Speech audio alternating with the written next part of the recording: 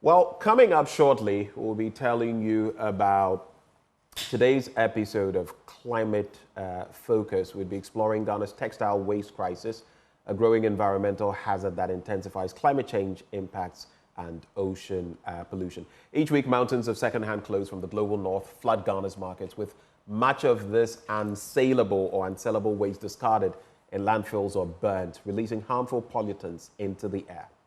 In response, the All Foundation is taking urgent steps to address the problem, converting textile waste into new products and reducing its environmental toll. My colleague Michael Ashali will be bringing you more on that. Do stay with us.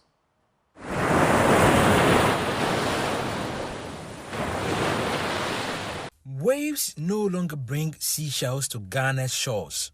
They now dredge up piles of discarded clothes left to rot on the beaches.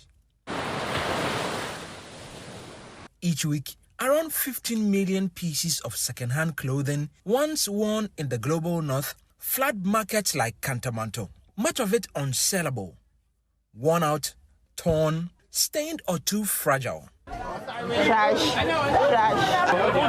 It does trash. Nobody's buying this one. So something like this, we can't sell it. It's very bad. Nobody buys it.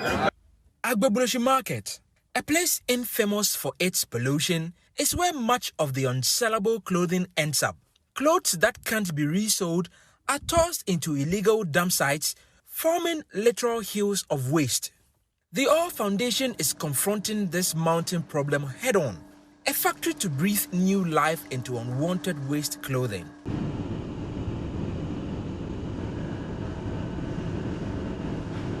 Like we're in Ghana, nobody needs winter jackets over here, but a lot of those also come in.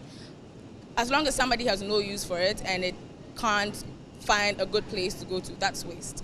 Kini Ofuriwa Makati is the assistant manager in charge of material research and development at the All Foundation. The first step in this process is sorting the clothes by color and then compressing them back into bales. When we buy them, we bring them to our warehouse facility and then we sort them by color. These clothes, once considered waste, are now ready for the next phase. The bales are shredded into small pieces, cutting the fabric down to size. From there, they are passed through the granulator, which makes the shredded material even finer. Depending on the final use, the size of the particles can be regulated. What emerges from this meticulous process is not waste, but potential. We're also working on products that we can make from the fiberboard. Behind me are speakers, both fully made speakers, which were the first speakers that we made, and then the speaker housing down here. We have hangers, there's room dividers, acoustic panels, because fiberboard has good acoustic properties, as well as many other things. And we're looking to see if we can commercialize some of these products soon. The All Foundation's mission doesn't stop at textiles. They are also exploring ways to restore the polluted Agbogbloshie Lagoon. Remediation and Decomposition Project Lead, Katia Mami Dufie Osei, is focused on finding environmentally friendly ways to break down not only textiles, but plastics as well. Basically, we believe that the microbial population in Korle Lagoon, because of the decades and decades of textile waste, has evolved to be able to degrade it in a way in rates that we haven't really seen in other communities. So we're basically just trying to harness that to deal with the textile waste we're getting from markets like Kantamanto, etc. While still in its early stages, this initiative is part of a broader vision to restore the lagoon's environment.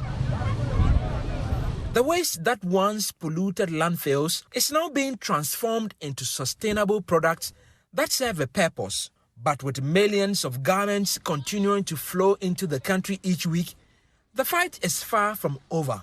For Joy News, Michael Ashali.